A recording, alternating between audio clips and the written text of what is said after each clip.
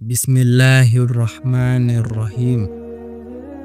ایک بار حضرت محمد صلی اللہ علیہ وسلم لوگوں میں بیٹھے ہوئے ان سے باتیں کر رہے تھے۔ اتنے میں ایک دیہاتی آپ کے پاس آیا اور پوچھنے لگا کہ قیامت کب آئے گی۔ آپ صلی اللہ علیہ وسلم اپنی گفتگو میں مصروف رہے۔ بعض لوگ جو مجلس میں تھے کہنے لگے، آپ صلی اللہ علیہ وسلم نے دیہاتی کی بات سنی لیکن پسند نہیں کی، اور بعض کہنے لگے کہ نہیں، بلکہ آپ نے اس کی بات سنی ہی نہیں۔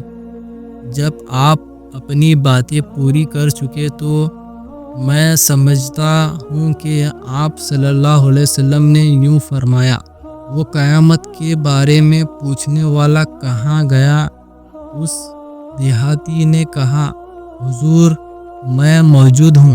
آپ نے فرمایا کہ جب امانت ایمانداری دنیا سے اٹھ جائے تو قیامت قائم ہونے کا انتظار کر۔ اس نے کہا، ایمانداری اٹھنے کا کیا مطلب ہے؟ آپ صلی اللہ علیہ وسلم نے فرمایا کہ جب حکومت کے کاروبار نالائق لوگوں کو سونپ دیے جائے تو قیامت کا انتظار کر۔ آپ صلی اللہ علیہ وسلم نے فرمایا، درختوں میں سے ایک درخت ایسا ہے کہ اس کے پتے نہیں جھڑتے، اور مسلمان کی بھی یہی مثال ہے۔ بتلاؤ وہ کون سا درخت ہے؟ یہ سن کر لوگوں کے خیالات جنگل کے درختوں کی طرف دوڑے۔ عبداللہ رضی اللہ تعالیٰ عنہ نے کہا، میرے دل میں آیا کہ وہ درخت کھجور کا درخت ہے، لیکن وہاں بہت سے بزرگ موجود تھے، اس لیے مجھ کو شرم آئی۔ آخر صحابہ نے عرض کیا، یا رسول اللہ صلی اللہ علیہ وسلم، آپ ہی بتا دیجئے۔ آپ نے فرمایا، وہ کھجور کا درخت ہے۔ ایک مرتبہ رسول اللہ صلی اللہ علیہ وسلم مسجد میں تشریف فرمائے اور لوگ آپ صلی اللہ علیہ وسلم کے ارد گرد بیٹھے ہوئے تھے کہ 3 آدمی وہاں سے آئے۔ ان میں سے 2 رسول اللہ صلی اللہ علیہ وسلم کے سامنے پہنچ گئے اور ایک واپس چلا گیا۔ پھر وہ دونوں رسول اللہ صلی اللہ علیہ وسلم کے سامنے کھڑے ہو گئے۔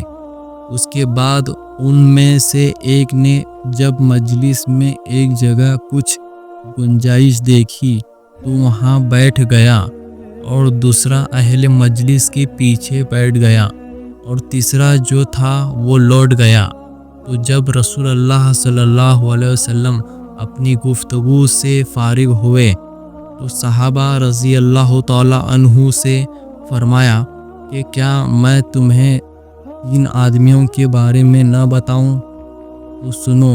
ان میں سے ایک نے اللہ سے پناہ چاہی، اللہ نے اسے پناہ دی، اور دوسرے کو شرم آئی تو اللہ بھی اس سے شرمایا کہ اسے بھی بخش دیا، اور تیسرے شخص نے منہ موڑا تو اللہ نے بھی اس سے منہ موڑ لیا۔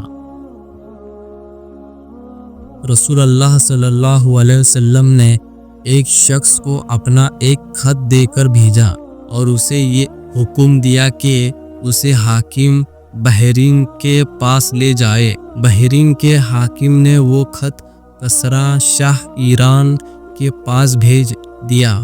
جس وقت اس نے وہ خط پڑھا تو چاک کر ڈالا، اور میرا خیال ہے کہ ابن مسیب نے اس کے بعد مجھ سے کہا کہ اس واقعہ کو سن کر رسول اللہ صلی اللہ علیہ وسلم نے اہل ایران کے لیے بد دعا کی کہ وہ بھی چاک شدہ خط کی طرح ٹکڑے ٹکڑے ہو جائے۔